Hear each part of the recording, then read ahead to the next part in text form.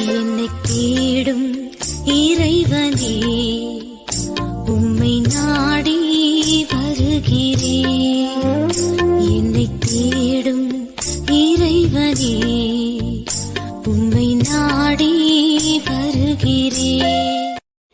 April 25 இன்றைய தியானத்தின் தலைப்பு வேதத்தை மறந்தாய். வாசிக்க வேண்டிய திருமறை பகுதி ஓசியா 4 அதிகாரம். நீ உன் தேவனுடைய வேதத்தை மறந்தாய், ஆகையால் நானும் உன் பிள்ளைகளை மறந்து விடுவேன். ஓசியா 4:6.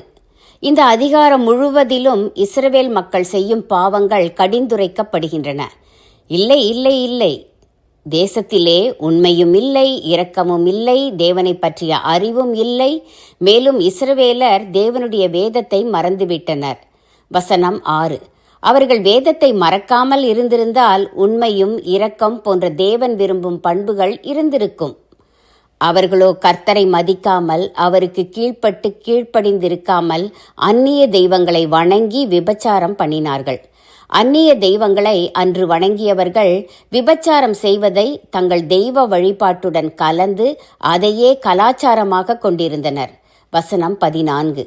குமாரத்திகளும் மருமகன்களும் இப்பாவத்தில் ஈடுபட்டதாக கூறப்படுகிறது.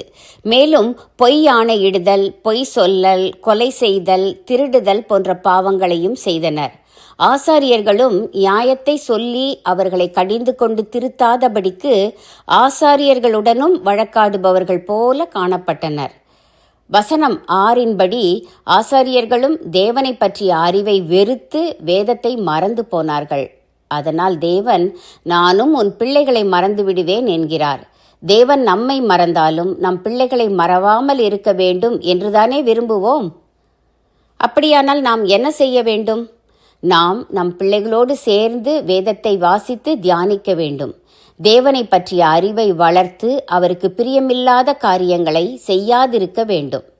இந்த அதிகாரத்தில் தேவனுடைய ஜனங்கள் இஸ்ரவேல் என்றும் யூதா என்றும் எப்பிராயிம் என்றும் பிரித்து பேசப்பட்டிருந்தாலும் எல்லாருமே சோரம் போனதாக குறிப்பிடப்பட்டிருக்கிறார்கள்.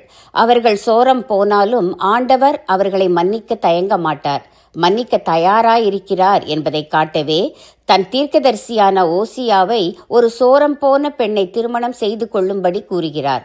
தீர்க்கதரிசியும் கீழ்ப்படுகிறார். இந்த பகுதியில் ஆண்டவரின் தண்டனை தொனி உரத்து ஒலிக்கிறது.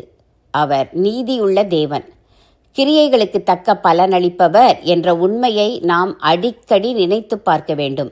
அத்துடன் அவர் சோரம் போனவர்களை மன்னித்து சேர்த்து கொள்பவர் என்பதை அதைவிடவும் அதிகமாய் எண்ணி பார்க்க வேண்டும். தேவனிடமிருந்து தண்டனையோ மன்னிப்போ எதை பெறுவது என்பது நம் விருப்பம்தான். தேவனிடமிருந்து தண்டனையோ மன்னிப்போ எதை பெறுவது என்பது நம் விருப்பம்தான். ஜெபம்.